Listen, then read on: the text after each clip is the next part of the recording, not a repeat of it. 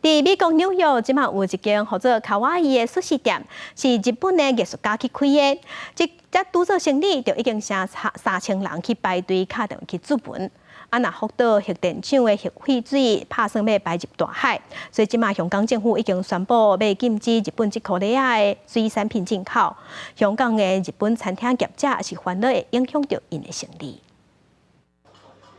日本计划将福岛核电厂处理过的废水排入大海，香港政府宣布，若日本开始排放核废水，会马上禁止日本10多罐的水产品进口。业者原来准备为台湾、韩国、澳洲这其他国家找找替代商品，原来思考要安怎改菜单。貨源係由其他嘅國家、其他嘅地方進口嘅話咧，咁始終呢一間 日式嘅餐廳咧，就唔係話所謂 authentic 嘅，唔係話一啲全部100%嘅日本料理店，咁好似一個 fusion 嘅餐廳咁樣，咁變咗咧就肯定係形象上啊，同埋生意上都會。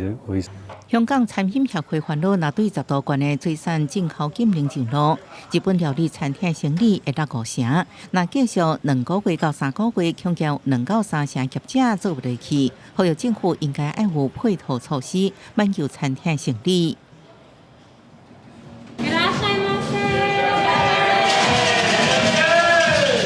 經過結合傳統甲前衛藝術，日本卡哇伊潮流嘅先鋒藝術家正田塞巴斯汀，喺美國紐約曼哈頓區開一間卡哇伊風嘅壽司店。該壽司店充滿強烈鮮豔色水，天棚要掛大型裝置藝術品。會當嘅吧台頂懸出現嘅餐點，為擺盤甲食物嘅色香味也攏五花十色，就親像這盤馬卡龍壽司。